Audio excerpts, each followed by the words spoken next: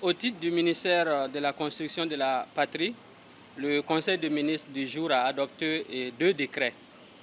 Et le premier décret porte sur la catégorisation et les modalités de délivrance des actes de construction. Le décret est pris en application de la nouvelle loi portant code de l'urbanisme et de la construction qui a été adoptée le 3 mars 2026. Prenant en compte la vision et les orientations reçues du camarade capitaine président du FASO, le décret vise surtout à apporter de la lisibilité, simplifier et réduire surtout les pièces exigées et donc les coûts et aussi les délais relatifs au traitement des différents agréments.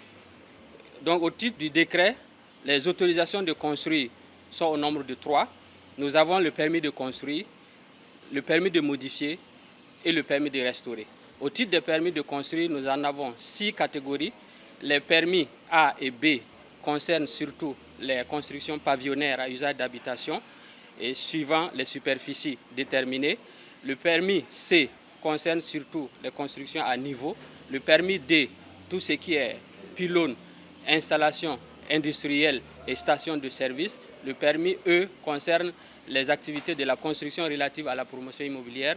Et le permis F touche toutes les constructions des enclaves et missions diplomatiques. Donc le permis de modifier permet justement de pouvoir apporter des modifications à une construction déjà existante si cela touche à la structure de la construction en question. Et le permis de restaurer permet de restaurer des bâtiments pour les ramener à l'état originel. Et à côté de ces permis de construire, nous avons également les autorisations d'exploiter au nombre de 2. Nous avons le certificat de conformité qui atteste que la construction a été faite conformément au dossier technique et également le permis d'occuper. Le permis d'occuper sert surtout à occuper une construction qui n'est pas totalement achevée, mais également permet de pouvoir régler un certain nombre de passifs de construction aujourd'hui qui ne disposent pas du permis de construire. Les demandes des dossiers de construction ainsi que l'instruction des dossiers relatifs justement à ces autorisations seront désormais traitées par un guichet unique qui sera instauré au niveau du ministère en charge de la construction.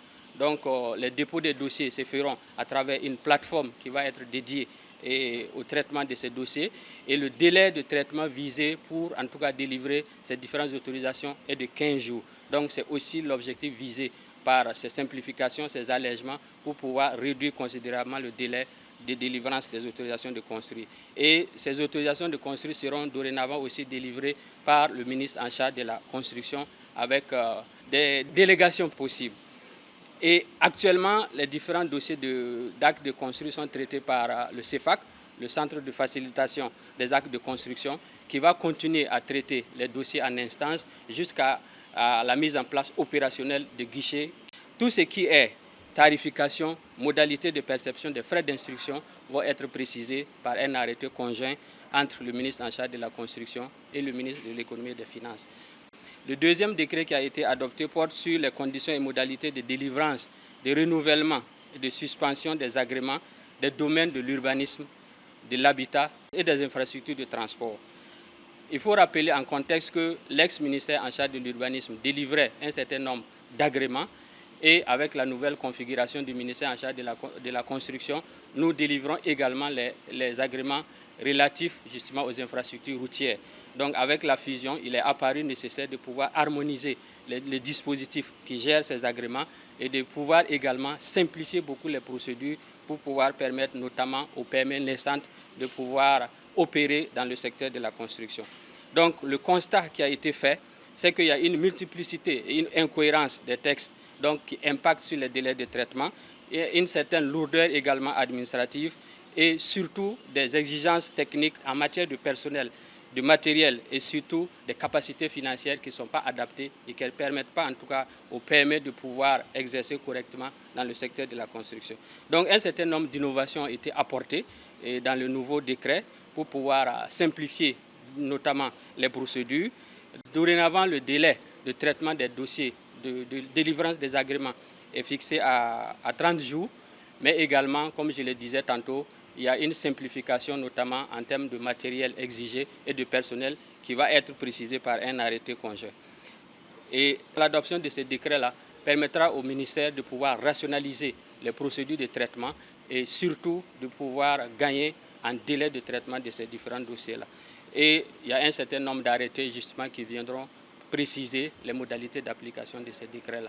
Donc les 2 décrets qui ont été adoptés à ce jour visent véritablement à simplifier et apporter beaucoup de lisibilité, que ce soit au niveau des autorisations de construire, mais aussi au niveau des agréments qui sont délivrés par le ministère en charge de la construction. Concernant les actes de construction, mais également les agréments qui seront délivrés, dorénavant, tout sera fait à travers des plateformes. Donc il y aura une plateforme qui va être dédiée au traitement des dossiers d'actes de construction, mais également une plateforme qui va être dédiée au traitement de tout ce qui est agréments qui sont délivrés au niveau du ministère en charge de la construction.